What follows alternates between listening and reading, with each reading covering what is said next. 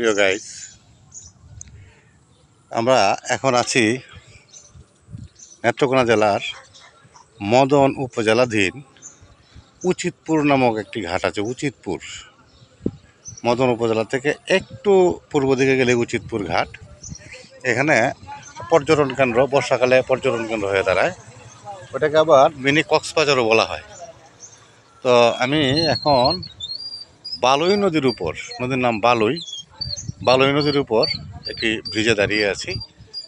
নিচে বহমান নদী দেখতে পাচ্ছেন আপনারা, যে নদী বয়ে যাচ্ছে। দূর দিগন্ত দেখেন, ওই যে দেখেন গ্রামগুলো অনেক দূরে। আমরা হাওরের ঠিক মাঝখানে আছি। চতুর্পাশ দেখেন, ওই যে গ্রামগুলা দৃষ্টিতে আসে শুধু আর কি। এই যে এটা পর্যটন কেন্দ্রের মতো। এই যে দেখেন,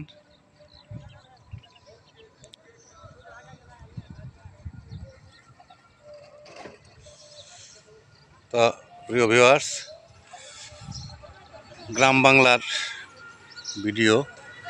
আমিও গ্রামের ছেলে, আসলে সুন্দর প্রকৃতির লোভ সামলাতে পারলাম না। সুন্দর প্রকৃতির একটা দৃশ্য আমি আমার পেজে দেওয়ার চেষ্টা করলাম। দেখুন, এই দেখছেন এই যে নদী, স্রোতস্বিনী নদী। ওই যে স্রোত বোঝা যাচ্ছে কিনা, এই যে দেখুন, এই যে আমি ব্রিজের উপর দাঁড়িয়ে আছি, নিচে স্রোতস্বিনী নদী বয়ে চলছে।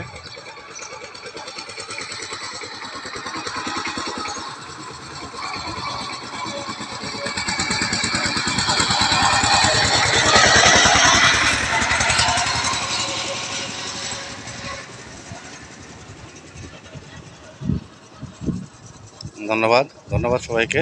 ভিডিওটা কেমন লাগলো কমেন্টসে জানাবেন দয়া করে। ধন্যবাদ সবাইকে।